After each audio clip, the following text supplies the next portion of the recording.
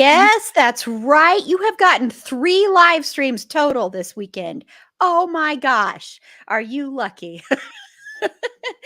But Tanya, now Tanya Drew Thompson Cook, is back with me to discuss Justified. That's right. We're discussing another Timothy Oliphant show. We didn't really talk about Tim that much on the last one. I have a feeling that will be totally different on this one. But I do think these shows go really well hand in hand together. Totally different characters for Tim. But we're going to talk about Justified here. So, if you don't know what Justified is, I'm just going to go over a little bit here.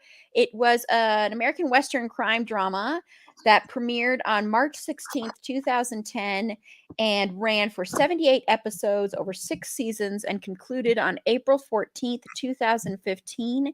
It aired on the FX network. It was based on Elmore Leonard's stories about the character Raylan Gibbons, played by Timothy Oliphant. Particularly Fire in the Hole was the one that was really particularly based on. It was developed by Graham Yost as well. The series revolves around revolves around the inhabitants and culture in the Appalachian Mountains area of eastern Kentucky, specifically Harlan County, where many of the main characters grew up. It also features Lexington, Kentucky, where the local U.S. Marshal's office is situated. The series comprising of 78. Oh, whoops, I already said that part. Sorry. And now it's starting to hit you.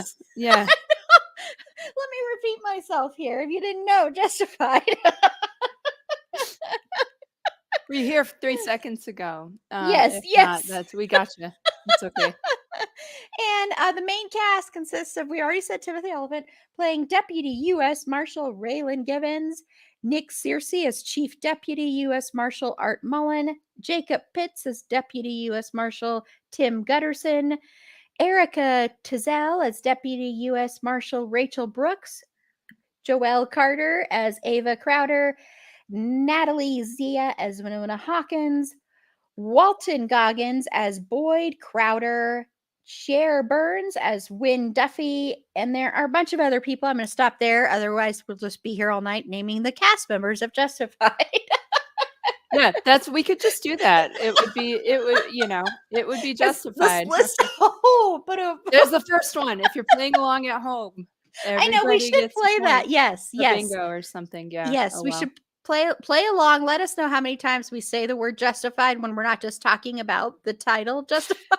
It's better than the CS count we had going for Deadwood, I guess. That's true. Which is what we've been doing for, yeah. That's true. So this will be different. And how many different ways you can use Justified? Like I just did in my clever little tweet I just put out. Oh, nice. Okay, I'm not going to multitask, so I'm not on that. I'll see it later. Yes. So just a quick little trivia here that the working title for the series was Lawman. Lawman, I knew that. I was trying to, no, I sounded like I really did know that. And I was trying to say it at the same time as you, and it came out stupid, and that's okay. I knew that. I knew that. And the first episode was referred to as the Fire in the Hole plot. I mean, pilot, not plot. That's what I say after I eat at Taco Bell. That's what we all say after we eat at Taco Bell. Uh-oh. Okay, we're already a little loopy. We just finished recording for 2 hours for Deadwood, so apologies. This one will be a little bit loopier. Maybe not as, easy to understand. No, I apologize. I can't even believe I didn't get an Andy Crane reference in on Deadwood, so I had to wait till this one. I apologize. Apologies. I used to be able to do a Southern accent like really, really well. And I used to do it with acting. And so sometimes I would talk and all of a sudden I'd go into a Southern accent for no reason at all. So maybe I'll do that tonight. Yeah. Okay. Go for it. I'll try my hand at the Kentucky. We know from the end of the Deadwood episode that if I start with somewhere, it's going to go Oliver Twist, Shrek, or Downton Abbey, Queen Bitch, or whatever. Yes. The lead bitch, the lead Downton Abbey bitch. Yes. The main one. Yes. Well, I don't know if you have another thing that you're into, Tanya, other than Justified. and Deadwood. What a transition that was. I know. That wasn't very smooth, but no, I like it. I was like, oh, okay, yeah. What am I into? Oh my god, what have I been watching? You know what I do? I have been watching One Piece with my youngest kiddo, who is 16, and One Piece is an anime that there's like a bazillion episodes of it, and I'm not the biggest anime person, um, in terms of like I don't know, it's really popular among younger people now, and when I was younger, it was a very niche thing to be into anime, but One Piece is really it's pretty fun. Like it still has some anime weirdness that you have to kind of get through, but it actually has complexity and arcs for the characters, and it's kind of fun. So it's a pirate anime, but it's not little kid. I would say it's like 12, 13 and up maybe. Yeah, Yeah. I've never heard of it, but like you, Mhm. I'm not big into anime. I'm not big into animation usually in general. Mhm. So, but yeah. Well, I'm going to mention another horror film. Today, once I was done with the Justified series finale, and I'd already watched the Deadwood series finale. So I watched really heavy stuff all day, except for I took a break and watched like a comedy episode of, I can't remember what it was. But anyway, so I watched this Danish horror film. It's on Shudder called Speak No Evil. And if you want to watch the feel horrible movie of the year, this one's for you. What a plug. I'm all like, watch I something stole that that. has 2,000 episodes of anime I about stole pirates. I stole that from a Twitter user, so I will give them credit. From Killer Horror Chick said that the feel bad movie of the year is Speak No Evil. And it is. It's not happy. It is depressing. It's a slow build though. It starts as like a comedy of errors, and it's basically about a Danish family that visits a Dutch family they met on a holiday in Italy. And what was supposed to be an idyllic weekend slowly starts unraveling as the Danes try to stay polite in the face of unpleasantness. So yeah, it's a slow build and then it's horrific. The last like 20 Tanya's face. I'm just like, what is this like somebody did table manners wrong and then they just went into murder? I mean, European people are weird. Like there's definitely not It's to true. not to just like dunk on an entire continent, but I'll do it. Yeah, Yeah, for I'm our just like listeners, and because we have listeners in other countries. So I'm sorry. I'm not at all no, trying no, to no, I no. was teasing, but I'm joking yeah, around. like okay. I just there's got to be something more specific that's happening there than, Well, I'm you not going to know. tell you what's Yeah, I know, happening, that's okay. I'm never gonna watch it. That's all right. but I'm not going to spoil it for everybody. But Fair enough. this title has several meanings. So, Speak no evil. Okay. okay. Well, now on that note, we're going to get into Justified. We were justified in making that turn. They were Yes. justified in speaking no evil. I can see that being really messed up. I think the premise is really fascinating for that as somebody who's like literally teaching norms and etiquette and like Mhm. all of that this week. So the idea that you would start with like a norm break and end up with murder, which is where I assume it's going, sounds, you know, on some level really interesting. Maybe But okay. maybe it isn't, Tanya. Okay. Yeah, it could just be the horror of trying to put together no, that's IKEA. IKEA's Sweden. I was like, "Put together IKEA furniture," and they're like, "That's not gonna work." Oh, well. So Justified, this show. But your confusion, your Yeah, intrigue is justified. yeah. So we're gonna give some trigger warnings, of course, for justified. Um, Puns. We have to trigger warning puns, I trigger think, warnings for puns at this point. galore. Trigger warnings for Tanya and I being a little bit loopy, especially me being a little bit loopy after doing 2 hours of live stream before this, and then I did 2 hours last night. So um Yes. trigger warning for racism, heavy trigger warning Oh for god. racism. Trigger Yeah. warning for, I think law enforcement in general, you can give kind of a trigger warning for that. Yeah. And abuse of Yeah. power, trigger Mhm. warning for sexism, for sorry, my brain is escaping me. Tanya, help me here. Like, no, good, domestic violence Yes. and Oh, thank domestic you. God, abuse duh. and, oh my gosh, all kinds of stuff. Yeah. Prison stuff too, Yes. religious abuse as Mhm, well, religion mhm. being used as a scapegoat for things too. Yeah. So, The evils yes. of capitalism once again. Yeah. Yep, yep, yep. Yeah. So that's yeah, I think, also, like, pedophilia, kind of, or, like Yes, yeah, that would be I think that yes. would mhm. And torture in a way, I just mean violence is what I should say, I Yeah. guess, but Yeah. there are some scenes of people being, tied up and tortured and stuff too, so Yeah, that's okay. you know what I I'm mean? like, I've rewatched that a couple of times in the last year. I watched it when it came out. Now I'm gonna talk about how I know this show. How's that? Yeah, Um, yes. How do you know this show? like What are your overall thoughts on this show? yeah, I love it. I do. I think it's a really good show. It's, interesting to rewatch it. So when it came out, I don't remember if I watched it immediately or if I caught it, like, a couple of years later, but I know that I watched it, and then once the finale was out, I saw that pretty much as it aired. And I'm sure that I was familiar with this show because I was such a big Deadwood fan, and then knowing the main actor, coming from that would have followed it, from there. And so but going back and so I watched it when it was out, and then maybe last Christmas time or winter break, we rewatched it, and then we have been rewatching it with our kids, and keep in mind our children are 18 and 16, so it's not like little itty bitty children, like, It's "Look not at 2 this and fun 3-year-olds, family show." Um, yeah. She was justified in showing Yeah, it. you might say I was just anyway.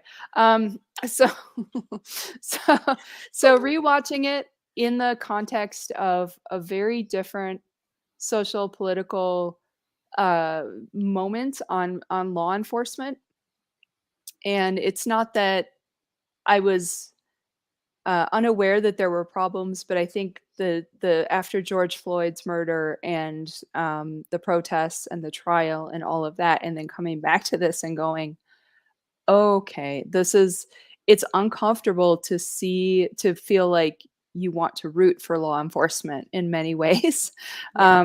because of that current context. And this is not as, real gritty as Deadwood, but they also don't necessarily back down from showing the problems of some of the law enforcement people and the other side too. Like so, there's complexity, there's corruption, there's bribery, there's mafia influence, and things like that.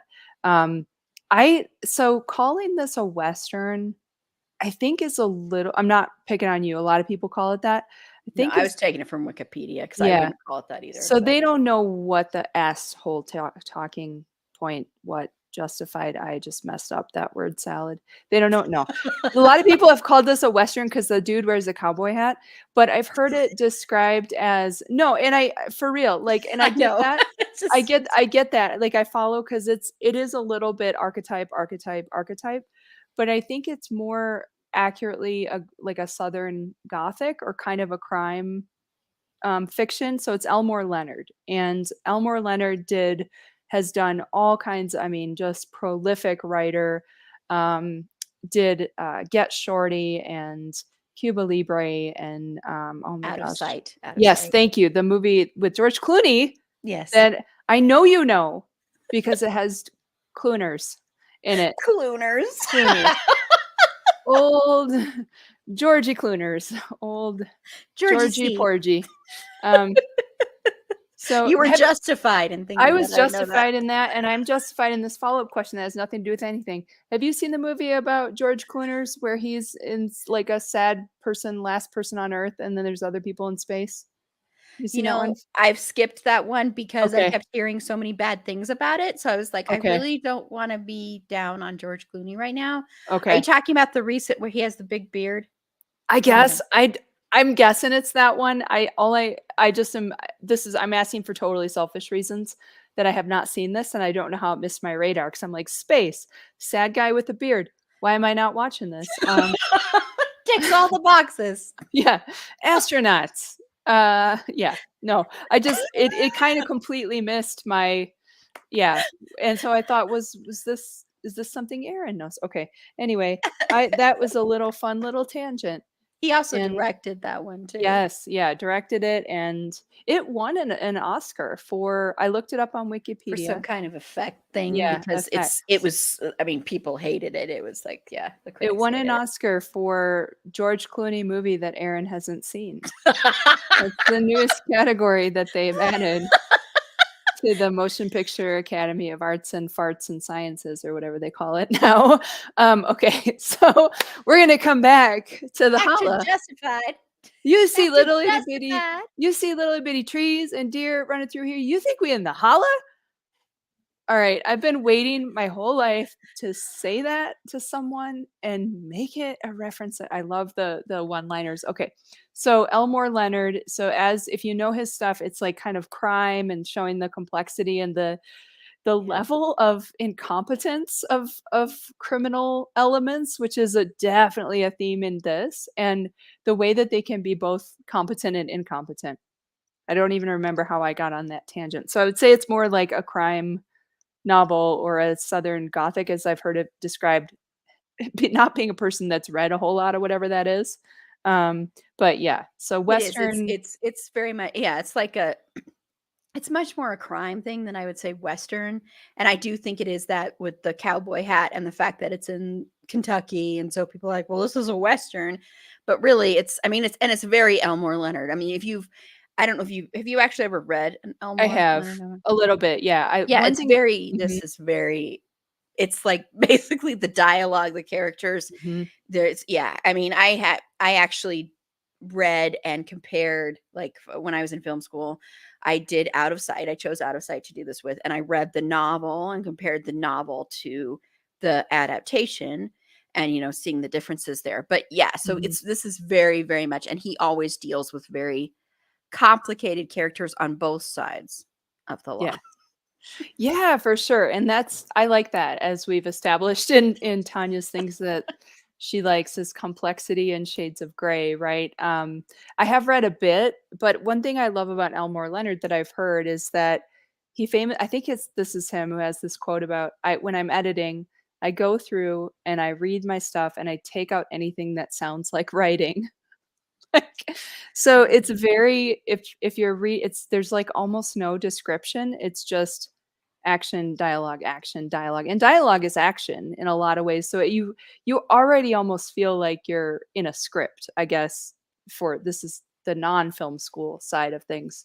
But you already almost feel like you're in that, and so it seems to translate really well to screen. And then they had a very short and I liked this show. They had a TV show of Out of Sight, Oh with, yeah, God, I forgot all about that. Carla yeah, that was I didn't Forgot all think it about that. was that bad, but I don't remember, to I be didn't honest with watch you, it, and so it was maybe a season or it was like a mid-season replacement, and it didn't go anywhere, but the actress, Carla Giancom Gianna something like Car Gian I know who you're talking about. that one, she I'll look her up. You keep talking, as I'll look the non-Jennifer Lopez, she as the television budget Jennifer Lo no, I'm sorry. Um, she was the same character basically. She actually has a cameo or 2 couple cameos in the Justified series as the same character. So it's kind of funny that they play with a bit of a universe here is my very long way of saying that. Yeah, it's not pulling up on my IMDb. Oh, wait, there no, that's the TV series from 1996? That wasn't correct. It ran for 3 years. That's not right.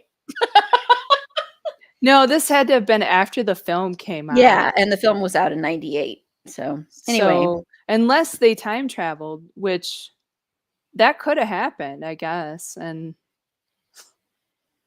or okay, they named it anyways. So back to Justified. yep, So, what we'll do, we're going to do this a little bit different. We're even going to veer a little bit off of the outline. And I just, because I don't think I don't know if I could. The favorite episodes, I put that down there. I don't want to do that. Oh man. So, Yeah, I would which no, is it's just hard to think about. I would this is because I haven't been marathoning it. I've seen it several times as I've mentioned, but this one would be harder for me to pick specific episodes. So right on. I'm on track with you. So let's talk. So, what are your thoughts though of the show? Because we Yeah. talked a little bit about Elmore Leonard and what kind of genre this actually is. It's not really a western. This is. I do like the Mhm. Southern Gothic usage, and it's like a pulp. It's like a Yeah. that's what he's kind of considered as like a pulp writer, Mhm.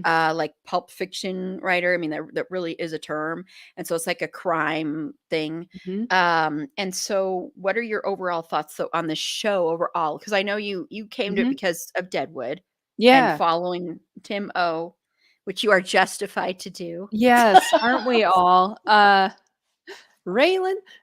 Yeah, so I think it's great. I think it's very well done. I enjoy the hell out of it. Rewatching it, a couple of things stood out like, oh, this really was good. It really did something interesting. It wasn't just following this main character and kind of celebrating him as this paragon of virtuous, masculine dude doing stuff. Um, which, it could have turned into that, and it Yes. didn't, thank goodness, because that is absolutely not the point.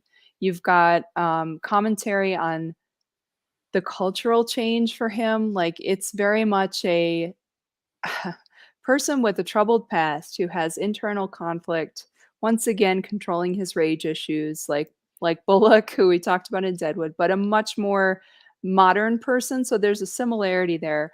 But this character has made it out, like has gotten out of his troubled s- background. And I'm from a small town, so I can kind of identify with. I don't have nearly the trauma in my past that Raylan does, and I didn't feel like I had to, you know, escape lever quite in the same way that he did, of course. But this is someone who made it out, who, by all accounts, from this is a success story, right? Has kind of got his shit together, but cannot let go things he sees as corrupt and heinous. And then his unwillingness to let that stuff slide gets him in landed back where he didn't want to go, the last place on earth he wanted to go, back in Kentucky, right? Which he spent his entire young adult life trying to get out of. So I think that as a premise is very interesting, and it resonates really well with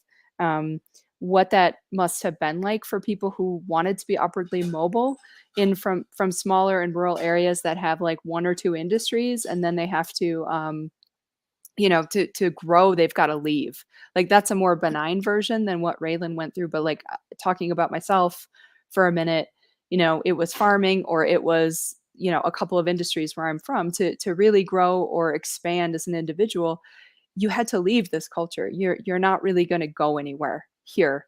And he had other reasons again to try to get that escape velocity going. Literally dying in a mine, fast or slow, right? And then he also represents being the age he is, which is kind of, I guess, like older Gen X, I suppose, is what he would be. Yeah, Maybe, definitely our generation. yeah, not boomer, right? But like a little bit No, older Gen X. Gen X, So yeah. that lifestyle is also dying and changing and not as much an option. And then these communities are struggling to deal with the loss of roles, the loss of industry, right? They showed this show came out like just I think as people were becoming aware of the opioid epidemic, and Mhm. they looked at that. So I said a lot of stuff there, but I think that's why it's special and unique, and does something again to speak to a particular time and place in American culture, through these kind of sometimes over the top villainous hero character stories. Mhm. Yeah, I think this one, you can really make comparisons to Deadwood in some respects with this show, watching them especially together, binging them both at the same time. And I mean, not because of the Western thing, but because a lot of the same kind of themes that they're dealing with.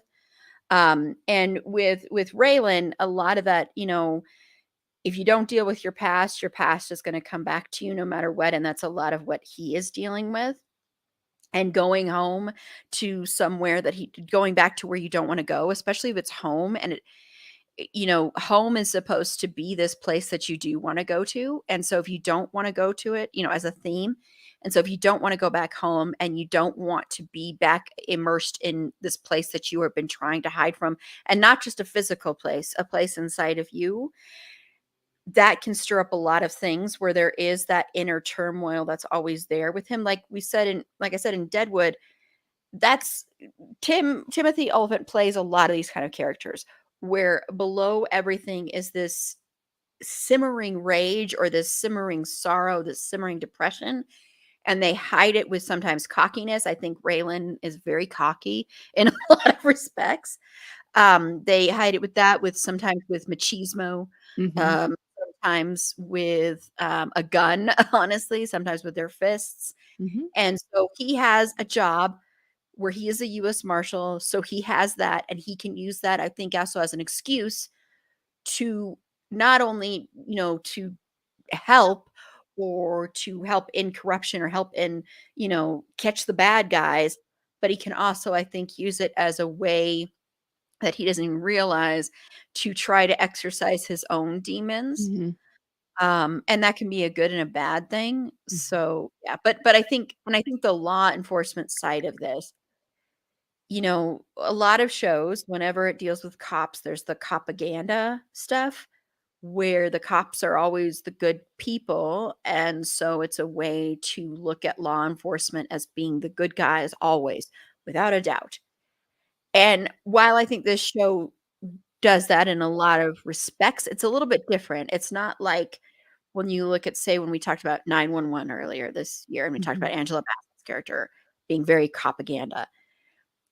There's more complexities there. So you're also learning the lives of the people that he's going after, and Mhm. that, the US Marshal's office in general is going after, and that all these other people going after. So you're also learning that life, which I know you do that all the time, but you're learning it in a more complex way, if that makes sense. Mhm. And I think that's also just there in the writing where you're learning that, you know, there's a lot of gray area, and it's not just black and white. It's not just good and bad. There's a lot of gray area to it. If that at all made sense, my little word salad there too. I did word Yeah. salad. No, it's okay. I agree. I think that's really a good way to put that, that it's not it does, in retrospect, from our vantage point now, feel propaganda, but it's definitely not propaganda the way that other shows are propaganda. Yes. Like there's a scale, there's a dimensionality there. This is nowhere near that. Raylan is not necessarily someone you want to emulate. Like he's he's No. troubled, his consequences or his actions have consequences. He screws up major investigations because he can't keep his pants on. And right, like he Yes. has a bit of a man ho kind of thing. But I mean, Look at within him. No. within reason, like, but he literally messes up investigations because he sleeps with the witness, a Yes. couple of times, and it's like, really? Um, so he's a problem, and the other characters too, they show the effects of being in that field on their psyche and their personal life, and especially, I do think they could have had more Rachel and maybe more Tim. Like, as characters, they're both really good and really interesting, and they added a lot, but they were so focused on Raylan a lot that we don't get quite the balance that we get in the ensemble cast of like a Deadwood. So this is much more a Raylan and Boyd, which who we'll talk about, I'm sure, Yes. We will a lot in a definitely talk minute. about But Voight. it's a very, very Raylan and Boyd centric. Um, and then everyone else is a little bit, down a tier. And that's not necessarily bad. I just think they could have done a lot more with Rachel. She was a great character, great performance. Showing what it would have been like to be a black woman in law enforcement in this place, in this time, and also is, a beautiful woman, and like is getting that intersection of class, race, gender, um, you know, discrimination, and she ends up becoming the department lead. Like, so there's the U.S. Marshal, and then everybody else is a deputy. It's like how that Yeah. leveling works. So she ends up being the main person, and it's appropriate because for a while you're like, oh, Raylan's gonna get it, but she's clearly the better professional, the more professional, the like better choice for that job, and she does end up getting that. Um, okay, so yeah, I think you're right that it does a more nuanced job of that.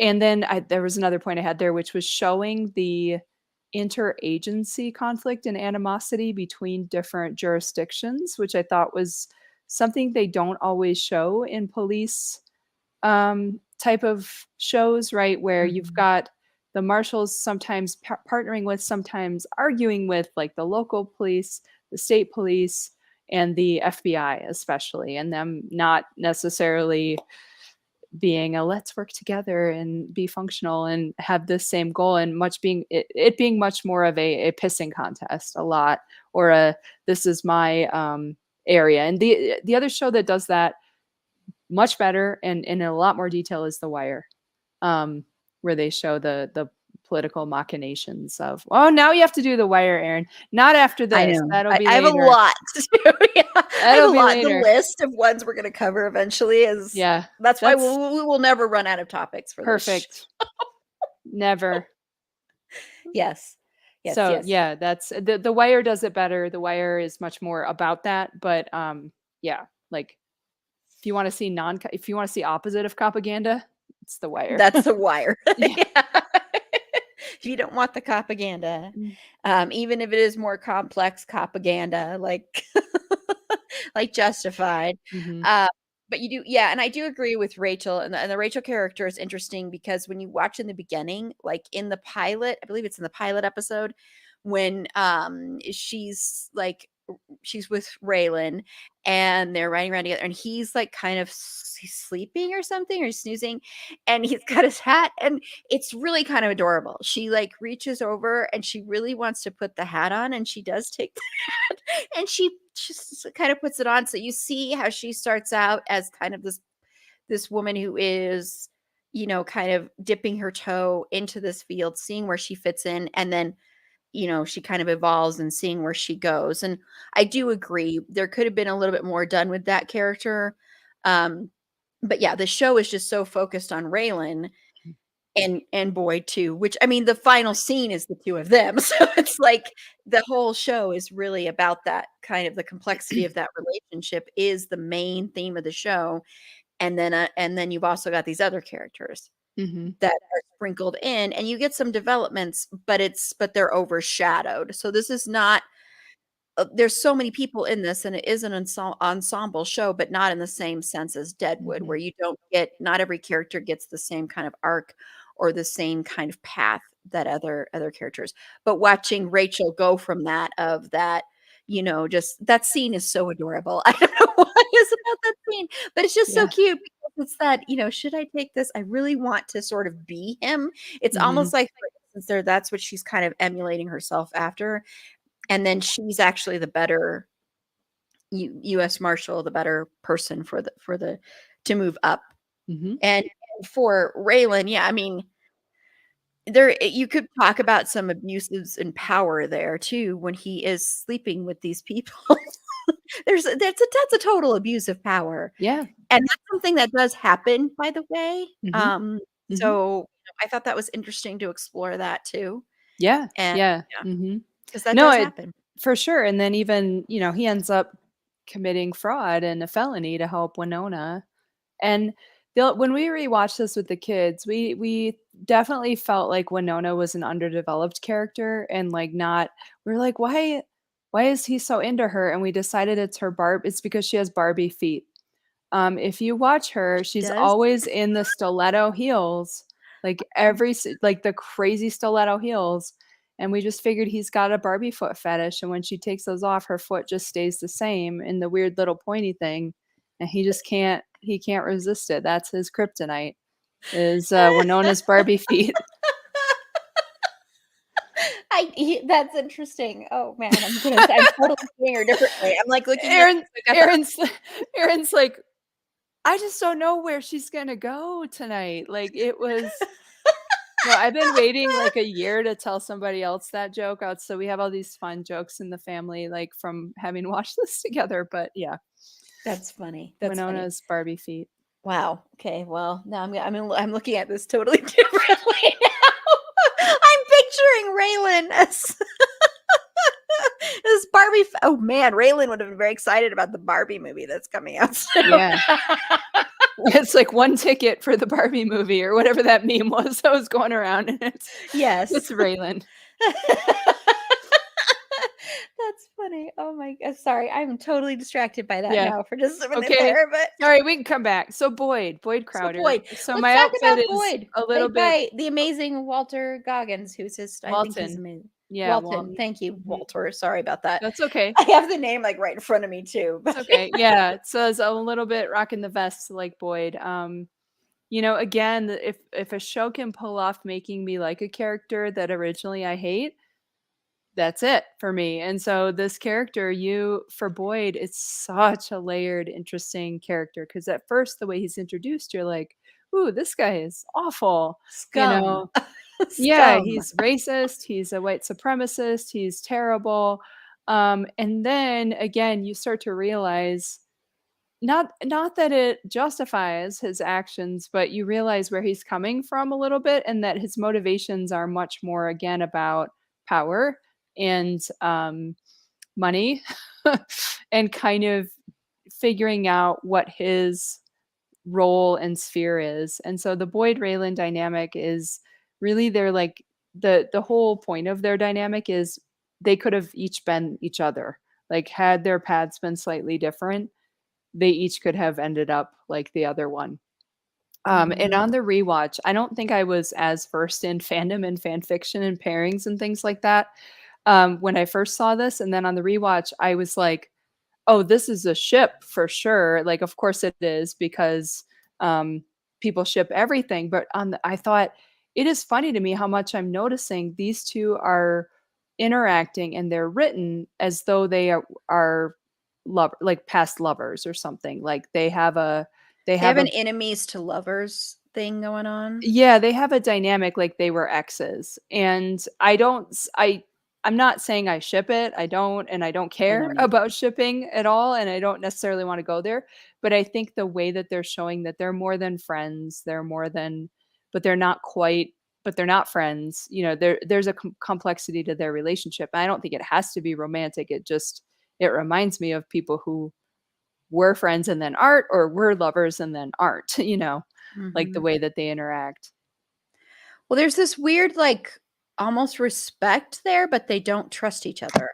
Like, I mean, well, the final scene in the finale of them, and Raylan goes to the jail where Boyd is, and Boyd is preaching again, and Boyd is preaching to his fellow prisoners, and they have this very intimate conversation, really.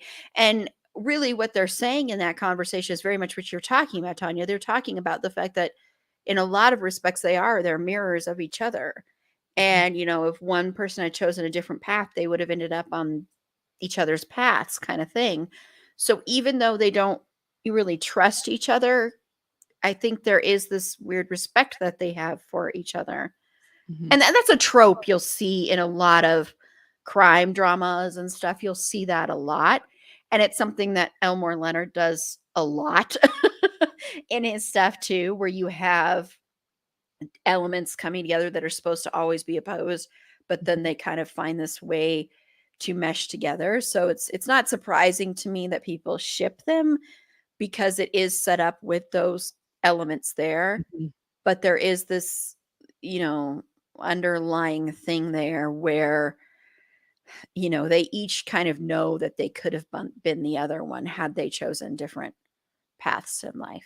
So, yeah, yeah. absolutely. Yeah, and the whole, like, "We dug coal together," like, that sums up and they say that to other people as their explanation for why they have the bond that they do. And again, however you wanna interpret that, I'm not trying to rain on anyone's parade or start any fires or anything like that. But yeah, that bond that they have, that they sort of say it that way, and no one else really gets it, and they're like that meme of Kermit looking at Kermit in the mirror with the dark hood on, like a Sith Lord. It just they very much see that. And then I think they were bonded through that being from the same time and place and Yeah. having to rely on one another for safety and um, to survive. Like it's almost like having been in the military, going through a harrowing experience, which they explore that. So really, to me, a lot of what's in this show is what it is to be a man, like what that means. How do you be a good man? Like when the culture has shifted so much around you, how do you live in accordance with your values, and have any kind of integrity? Um, yeah. And so Raylan's often wrestling with what I want versus what I'm supposed to do versus what's the moral choice here. Um, and even why he gets punished and sent back to Kentucky, he ends up shooting a guy like in the first Yes. 5 minutes, and you're like, oh Yep. shit, that's not good. I know. I mean, the When guy you open it sucks, like that, it's but you're like, he was just eating crab cakes. I don't know what he did wrong, man. But later you learn his why he does that. And it seems really it seems really awful. But then later you're like, oh, okay. Not that not that it's sort of it's definitely judicial. So it's like outside, very vigilante-ish in some Mhm. ways. Well, he's a very vigilante character. Mhm.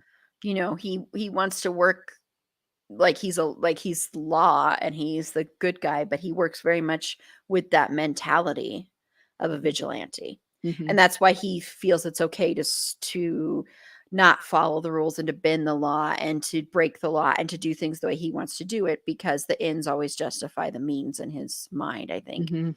Mhm. So, yeah, yeah, and I mean, you also see him, later on dealing with, being a father and that and what that entails with someone like him and with his life, and, there is a lot of there's stuff about that throughout here about parents and children and being, and that, and a lot of this, I do agree, it is an exploration of masculinity and men in general and how men fit into society. And I think that's why I will say, even though there are a lot of women on this show, the women aren't always as well written or or developed as the men in this show. Yeah. And I think that's because it's so male centered. This is a Mhm. very, very, very male centered It's a show. sausage fest. I mean, just straight up like no, yeah. And I Well, it agree. is. Not like Deadwood where you do have some of those same archetypal Yeah. characters like the widow and the abused uh woman, the damsel in distress kind of for lack of a better way to put that. It's more complicated than that. And then the prostitutes and sex workers and they're just not yeah, they're not quite as fleshed out or well developed as, in Deadwood, even so, Yeah, yeah. yeah. Which is I think the biggest my biggest criticism of this show Mhm, is that because you have so many great female characters in this show. And so there's no excuse for not doing that even though I understand what the story is supposed to be and the story is about Raylan. I understand that, but mhm, at the same time, it doesn't mean you can't, like, also explore that in a little bit more depth. I mhm. still love the show, but I that would be my biggest Yeah. critique of the show is that, yeah, I yeah, think especially when they don't have the 2 characters that I think help with Ava's complicated. Ava's definitely the most interesting and developed, I think, yeah. as a female character. Winona, they just don't give she's just kinda in it and not in it, and, like, her and her Barbie feet have their own thing going on. Um, and but the 2 that I think are better as characters are Loretta and Megs Bennett. So character actress Margot Martindale, right, who won an Emmy, I believe for her role. Yes. That is such a wonderful counterbalance to um, Raylan and kind of being about what are the implications of me being from this place, but I've left this place and I'm trying to escape it. And they keep pulling me back in, right? And Mag's kind of also dealing with transitions in terms of the mining company wants to develop that land mining is becoming much more technological and less about people being down in a hole. Um, so that whole culture shifting in that company or that community and those families trying to kind of figure it out. Yeah, Mhm. that was really interesting. And then to have a middle-aged or older woman as a, antagonist, I think was really interesting. Like to see her Mhm. versus Boyd, her versus um, some of the other groups that had conflicts, the mining company. Yeah. Yeah, and whenever you can have a woman who is not in her 20s have a significant role in any kind of entertainment, because sadly, it is true in Hollywood, once women are over 30, they don't necessarily get the same meaty, juicy parts, and yeah, and she's a fantastic actress. All the acting I wanna Mhm. say all the acting in this show is absolutely phenomenal. Mhm. So aces again, and the chemistry with a lot of these actors is really good too. Mhm. And another thing I just wanted to touch on here with, and it's going back a little bit to Boyd too, but in general is religion, and how religion, I think, in this show is used as I think Boyd uses it as a way to get power and control too. Mhm. And I think that's an interesting thing to show. But religion is also used as an excuse for a lot of evil atrocities that people commit. And this has been the case forever. Um, but I also think religion is used a lot when people are not actually religious, they're just using it as kind of a cover and a way to be more powerful and a way to Mhm. get more people behind them.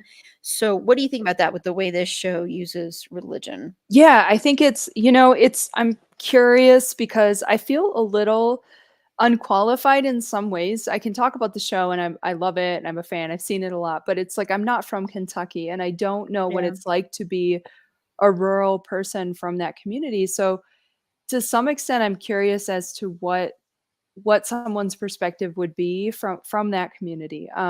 So it just yeah, it like was this a valid and fair commentary and critique? You're absolutely right that it's shown as a way to manipulate people's thinking and indoctrinate people. Um, and that Deadwood had a bit of that commentary too, like that it has beneficial things, but it's really hard for people to not just be kind of self-interested and gonna use things to their advantage.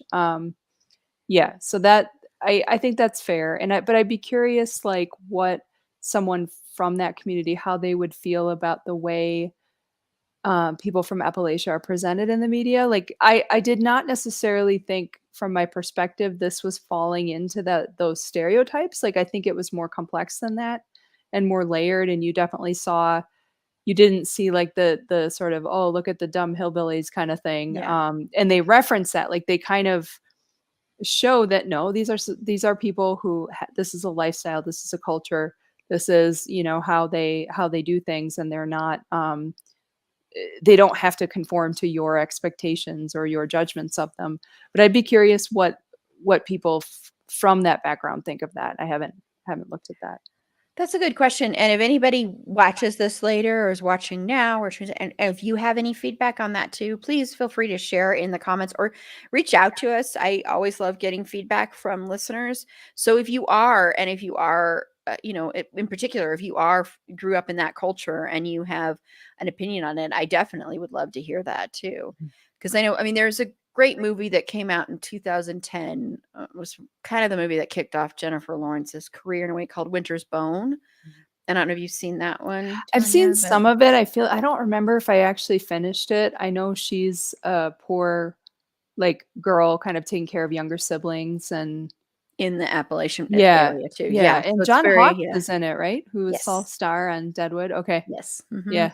Yeah, so that's another look at it. I think that's a lot more grittier and depressing than this one. I mean, Mhm. I'm not saying this is like happy-go-lucky fair, but that's a lot grittier. But I think with the religion part, and I won't talk so much because I don't know either. I grew up in Colorado, so I don't know. Mhm. But as far as like religion and religion being used as power and a way to control people and to excuse atrocities, which is something that's been done a lot. I think people like to hide behind religion because then you don't have to look at yourself, and you don't have to look at why you're doing certain things. If you can hide behind, well, I'm just religious, or the Bible tells me so, or God tells me, or my preacher tells me, then you can excuse a lot of stuff that you do. Mm. And it can also provide, I think, sometimes a false comfort. I'm not saying this to say that you to put down religion at all, Mhm.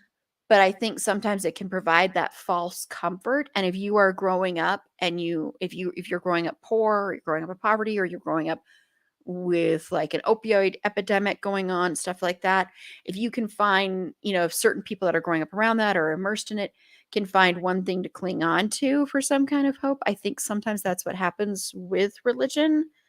Um, Mhm. and then I think as far as the power part goes, especially when it comes to like Boyd and stuff, and you even see that in the final episode when he's in prison and he's up there preaching again, and you're like, I don't believe a single word this guy is saying, but he has all these people, like, Yeah. and he even like turns around, he does like this little like almost jig to the to the He's so good. He's such a it's what we would call a charismatic leader, like, in Yes. so he's knows how to be He can that. lead a cult. Yes, exactly, like that leader of people are drawn to him because he is charismatic, what that can be positive or negative, right? It doesn't have to be used for good, but I think it is interesting.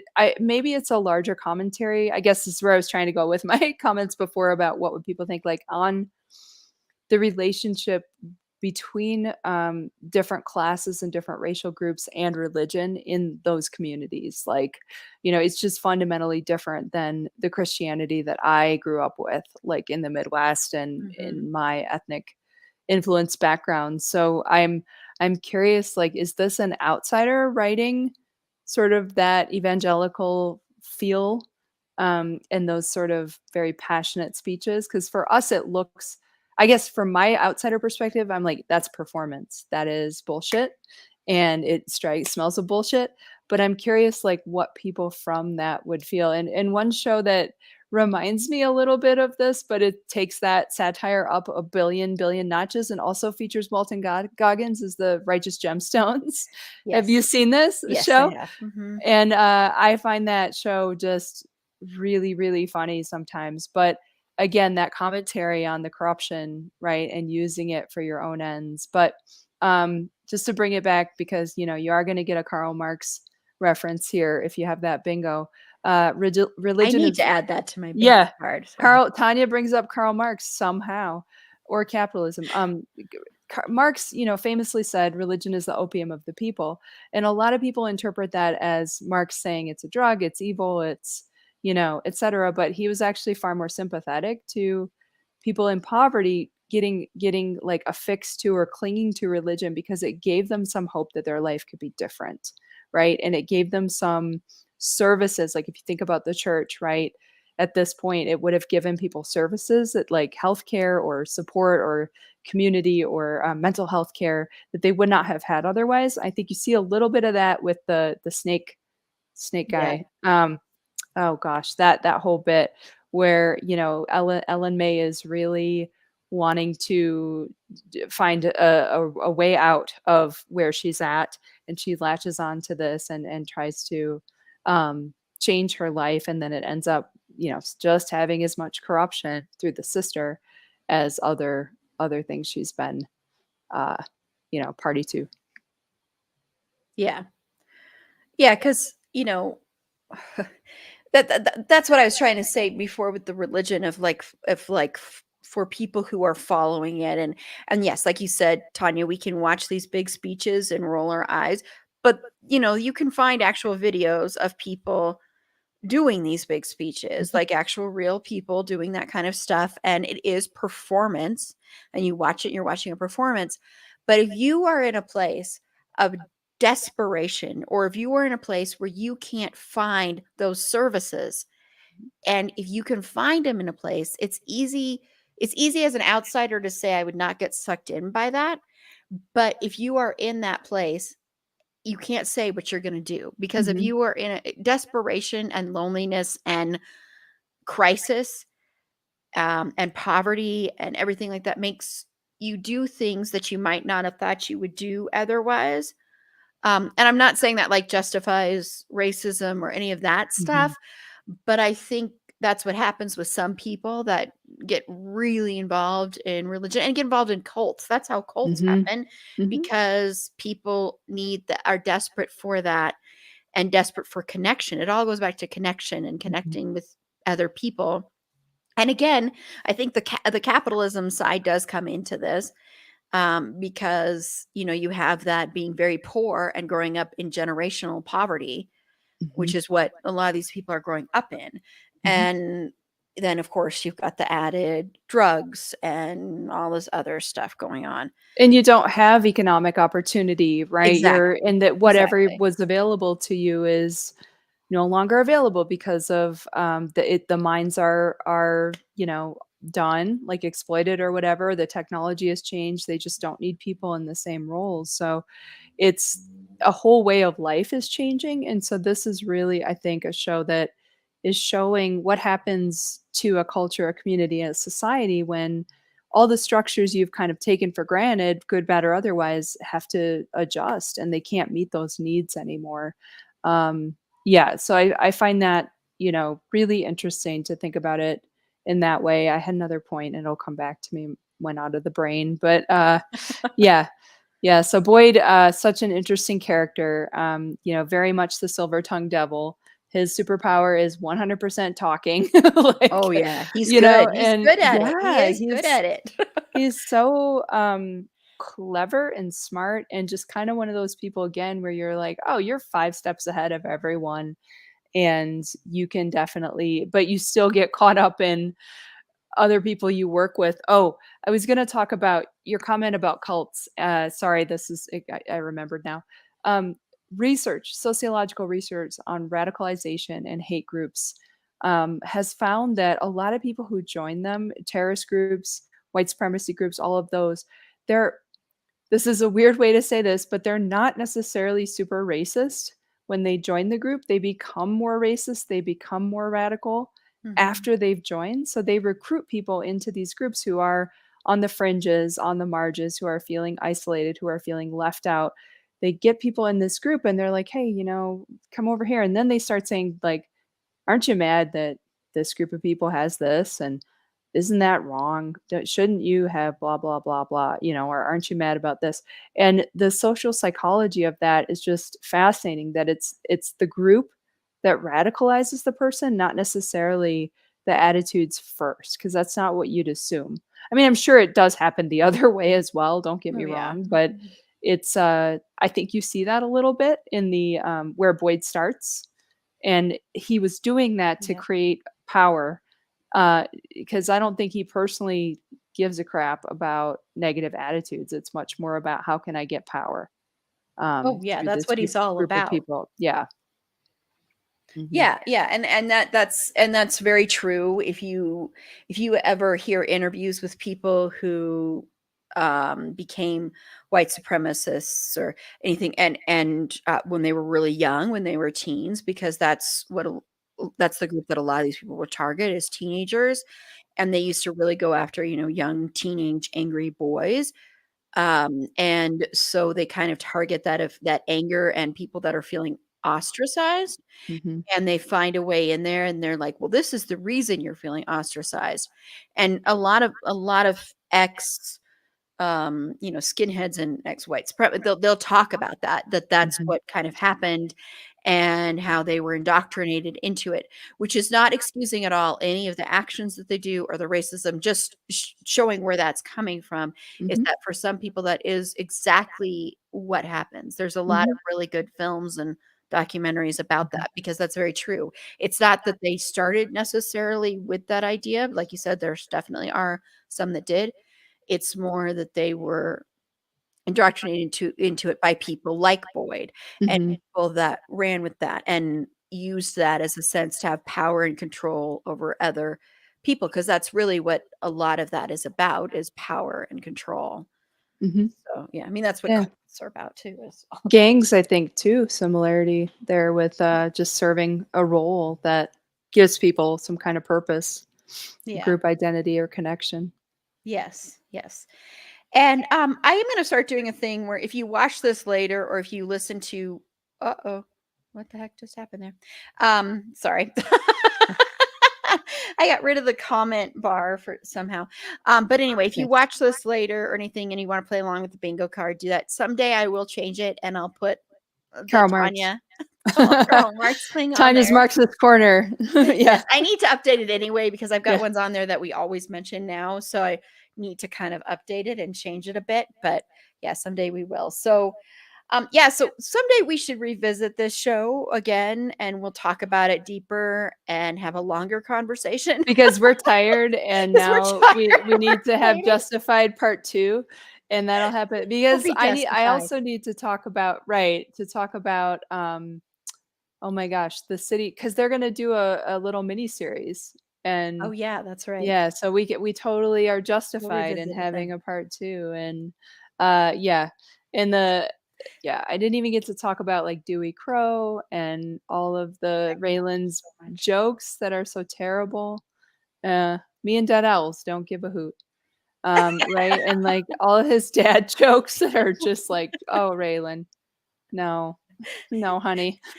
Yes, I mean, even when he's Yeah, sitting there, or you know how adorable he looks when he's eating ice cream with his daughter in the finale. Sorry, yeah. No, I that's a love totally superficial that he thing. loved ice cream. It's cute. There's some of those fun character touches, and then like the where he I don't remember why he's pissed at Win Duffy, and because Win Duffy's a really interesting recurrent person that finds themselves always on the fringes or in the center of criminal activity. And such a weird character. But there's a point where Raylan gets frustrated and he kind of throws him down, and then he ejects a bullet from his gun and then physically throws it at Win Duffy, and is like, next one's coming faster. And I just have to love and admire someone who goes to those lengths to threaten someone, but also avoid violence by using a pun, like an elaborate joke, right? Like just, And he does that all the time. yeah. But that plays again, like I said, like I said in Deadwood, Timothy Oliphant is really good at comedy. And he's Mhm. really good at the dry comedy too, and good at like sneaking that in there. And Mhm. yeah, and he's fun to watch. He's really fun to watch I in had this. read that he was a stand-up comic first. Like that was some He of his was? first. That's what I read, that he did stand-up comedy before he I did didn't know that. acting. I don't know where I read that, probably some deep dive Wikipedia garbage. But so who knows if it's true. But I can see that. That's fascinating though, because you kind of think of him as the hat wearing, serious person. But I think this is his best role, his best performance that I've seen. I haven't seen everything he's done. I tried to watch Hitman a few weeks ago, a couple of months ago, and I got about 5 minutes in and went, woof, nope, can't do No. it. No, I Can't think do it. he's really good in the show that was canceled way too soon. Especially the cliffhanger was huge. Santa Clarita Diet, which is the comedy Oh, about zombies, where he's okay. married to Drew Barrymore, and Mhm, he is hilarious and that's a very different kind of role for him, mhm.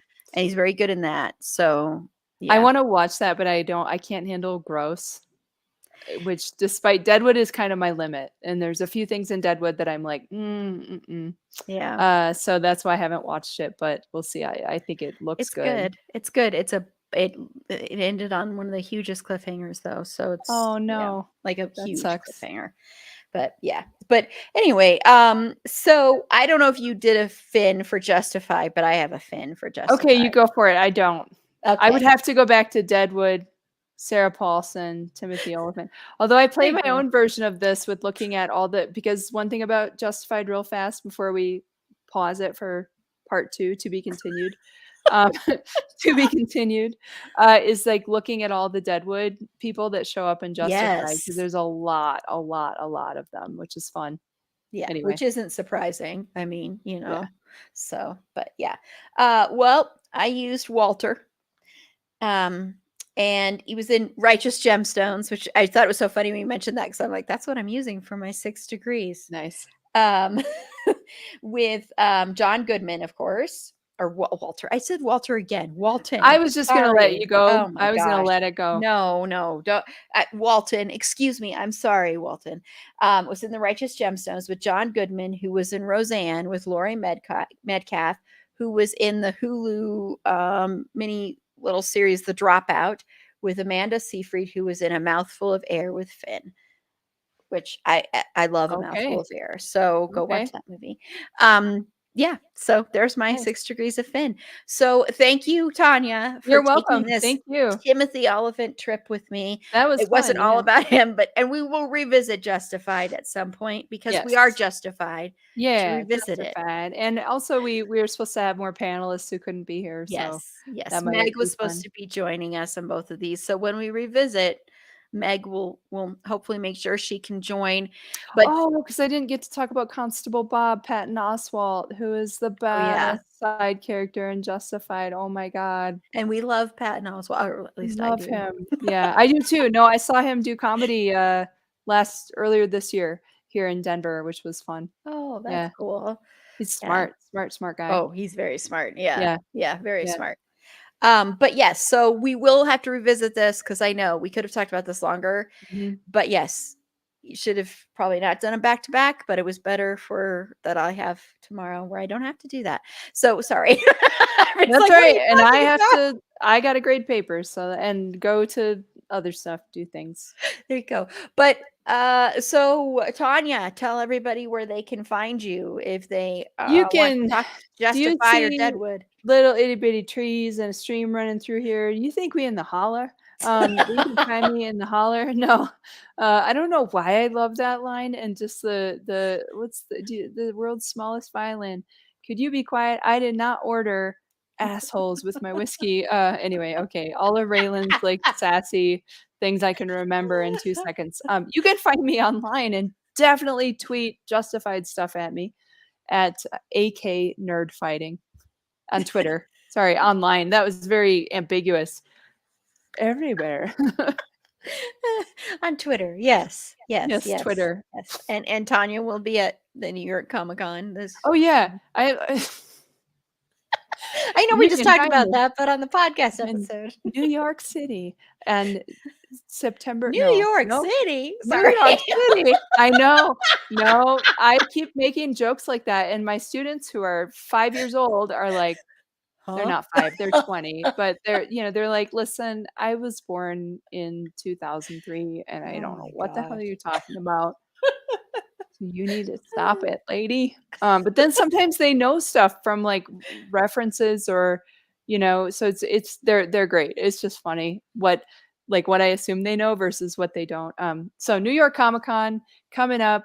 Come say hi. Thursday, October, whatever is the Thursday, 5th, 6th, something like that. That day, one of those days there in New York. Oh, you're in New Yay. York City. And I'll be sad I can't eat Aw. bagels, because of gluten-free garbage. Do they have gluten-free bagels though, or they don't? They do, but they're They're not not good. good. I remember gluten, like, because I was an adult when I had to make that change, and so it's like, oh Aw. well. Well, on that sad no, no. I was like, why do we go there? Like, let me rail about having to not get bagels in New York. Like, you're going to New York, shut up. Oh, I am gonna get to hopefully get an autograph from Sebastian Stan, which I did see you talk I was yeah. like, "Why did I do this?" I'm always awkward, I always feel weird about it, and it's, like, very few people that I wanna bother anymore, like, just not to but I was like, "Oh, come on, I have to." I love Captain America. If you've seen me drinking out of a Captain America water bottle all night. Yeah, and I thought, "What am I gonna say to this person?" It'll probably be weird and awkward because I always go into some kind of strange place, where I'm like, I just get anxious. And I was cool around Jared and Jensen, like the first time they came to Denver, because I had my kid with me and I realized I am going to have to talk to them. The Mhm. kid is not going to be able to talk to them. And I did. And it was like looking way up. Hi, can we do that? Like, and it was, it's fine, but it's just a weird, so I'll probably No. say something Yeah. like, I love you, Bucky, like that. So it'll probably be weird. for everybody. Everyone will leave feeling real awkward. I would just mention the movie Fresh or I can't. I'm not. Because you know me, I can't. I I know. know this is supposed to be a good movie. I like the dancing parts. I thought his cameo he did with the stabby knife dancing thing on Instagram was cute, and I was just like, nope, no thanks. I heard it was interesting because it's kind of feminist in a way, right? Yeah, well, Yeah. it was written by a woman and directed by a woman. And I No, it heard that is. Sebastian Stan is awful. He's an evil person. He's not a right, good and person, I know even but he's so good. He's I so love good. I loved I, Tonya, and, which was not about me, but I love that movie, and, I do yeah, too. I and love that but I movie. wanted to punch him in the balls, like, I just wanted to kick Yeah. him, and it's like, I rarely get, like, that mad. So if you're an actor and I, like, get mad at you or I don't want anything to do with you, you're doing a good job, like You're a good actor. yes, Keep up the good work. yes. I hate you. No, no, I'm just kidding. Like, if I saw Quarles from Justified, I swear to God, if there's a few people, if I saw them in real life, that I would not, even though I'm an adult and I know they're doing a job, and they could be the nicest human in the whole world, and they could, like, have, nothing but sweetness and light around them. But if I saw him in real life, I would cross the street. Nope. No, not doing any not dealing with you. And that guy could be the nicest guy. No, he was in Captain America too. I don't care. Quarrels ruined everything for me that you're ever gonna do, and I hate it's like Joffrey. If I saw Joffrey from Game of Thrones, you could be the sweetest person. I don't wanna think that There are a lot of characters like that. Yeah. Yeah. Yeah, I can think of yeah. I can think that's like when I mentioned Barbarian on our last episode and we talked about Barbarian last night and I'm going to be talking about this movie for a long time, so be prepared people because it's a great fantastic horror film. But that's the same thing with when you have Bill Skarsgård in a horror movie and because, of course famously he did Pennywise in the new It movies. And he has that kind of face where you're like, "Oh, I don't know if I can trust this person." Mm, So, I understand. It's like that kind of thing where mhm. you're automatically conditioned to think that, yeah. Yeah, and I mean, in reality, I wouldn't do that, but it No, is, but I know like what you're there's talking about. funny when you're thinking about those characters and you're like, "Ooh, you just creep me the hell out," and I don't like that at all. Yeah. Yes, yes. But this is Erin. Nice. You can follow me on Twitter at @eAprilBeauty. The E and the A and the B are capitalized. Be sure to like the show on Facebook at facebook.com/It's a Fandom Thing Pod. On Twitter at Fandom Thing Pod. No, it's in that one. On Instagram at It's a Fandom Thing Pod. On TikTok at It's a Fandom Thing Pod. If you have any feedback, show notes, if you'd like to be a potential interview guest on the show, Timothy Oliphant, I would, oh my gosh, would I love to talk to you. Yeah, I think we all would. I mean, that would be I would be, like, a little embarrassed. I'm like, "Let me go back and, like, actually be coherent about some of these points." But yeah, Yes, that'd be lovely. I would love to have him do some stand-up since yes. I challenge you, Raylan We Bullock, challenge you. Yes. Tim, challenge you to a Challenge you, stand-up, Timo. 5 minutes of stand-up, you and me. Let's do it. It's justified. I give you anytime anyone goes to Miami, I'm like, "Did you find Tommy Bucks and give him 24 hours to get out of town?" Every time, and I can't believe it took me to the end of this episode to get that in, but, like, But you did everyone's it. tired of that joke from me, but But yes, I would love to interview you. I will be very professional in my interview with I you, won't. but I will challenge your ass to stand up, joke off. We're doing it. I meant professional in that I wouldn't say, "Oh my gosh, I'm talking to Timothy Oliphant." In my brain, I would be saying that, but I won't when I'm actually talking to you. But I would love to, or anybody else involved in the show, created the show, anything. Please Yeah. feel free to reach out to us via our website. It's a fandomthingpod.com. Click the contact us button, and that'll shoot me an email. And while you're over there, play the listener version of 6 Degrees of Finn Whitrock by heading over to the page titled 6 Degrees of Finn Whitrock. And for the month of September, we are playing with BoJack Horseman, Superstore, Promising Young Woman, and Scare Me. So let us know how Finn is connected to those in 6 degrees or less for a chance to win some merch. And also, while you're over there, head on over to the second annual horror trivia page to learn more about our upcoming horror trivia event and sign up there. Yeah, and this time we're only going for 4 weeks. Last year we did 10 weeks, and I could not do that again. That was a lot. So, yes, we are doing it 4 weeks in October. So come join the fun. It should be a blast. That'll be on YouTube and Facebook. Those aren't going to be podcast episodes, so you definitely wanna join in the fun. We're doing the categories are women in horror, 80s horror, I didn't do these in the right order, sorry, television horror, and then we're wrapping it up, the grand finale, which will be on Friday, October 28th at 7 p.m. Mountain Standard Time, will be I'm calling it Devil's Brew, and that's just gonna be a mixture of all sorts of horror. So we're gonna be playing it kinda like Jeopardy. We have a Jeopardy board, all this kinda stuff. You can find all the information there or reach out to me and sign up before October 1st for a chance to be in our horror trivia event. Not a chance. If you sign up, you will be in it. Anyway, I'm very loopy right now. I'm sorry. Yeah, Gonna go fair ahead enough. and we're gonna go ahead and close out. And we're just going to say goodnight to everybody too who watches this, and thank you to anybody who watches later. I really appreciate it, and I really appreciate anyone who listens. So thank you so much. So until next time. Oh, I forgot to say what's on next week. Sorry, I'm just going to say that really quickly.